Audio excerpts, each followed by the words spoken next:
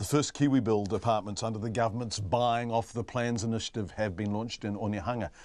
The ballot to buy one of the 25 new apartments due to be completed by August next year will open next week. Tom Furley was there.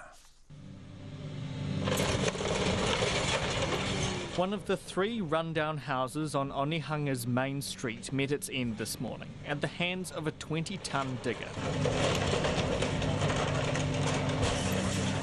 It marks the start of NZ Living's 42 apartment development, of which 25 will be for KiwiBuild first home buyers.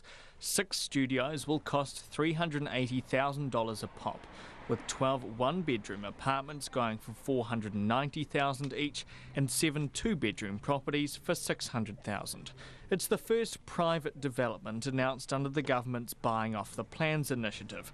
Housing Minister Phil Twyford explains how it will work. KiwiBuild will underwrite affordable KiwiBuild homes for first home buyers, and what that means is that we contractually agree with the developer a price at which KiwiBuild would buy these properties if they're not sold in the normal course of the marketing of the new development. The developer, Shane Brearley, says it cuts out the costs of marketing and staging the apartments, essentially leaving them free to get on with it. With this model, you can get underway straight away. We settled this land about 2 months ago, so we've only owned it for 2 months. We're under construction as of today.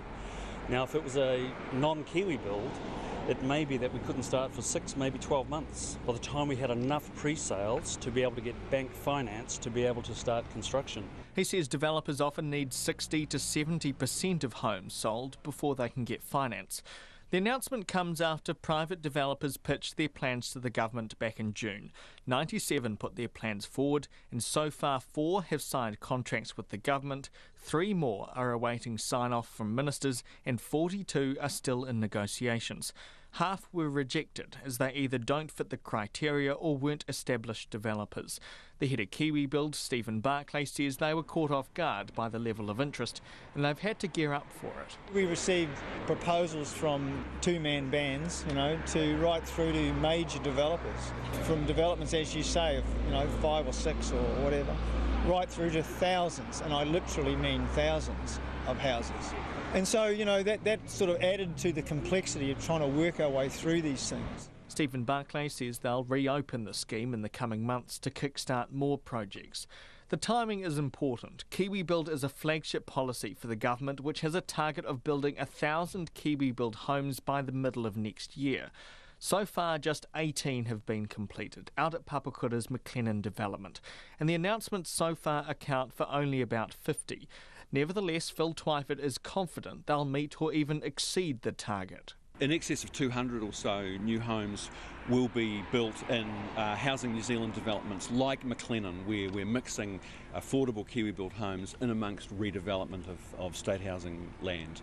But the bulk of the supply for this first 12 months is going to be delivered through the Buying Off the Plans scheme, where we're partnering directly with developers. And they're going to be a mix of some greenfields, some brownfields, some standalone homes, some apartment complexes like this one.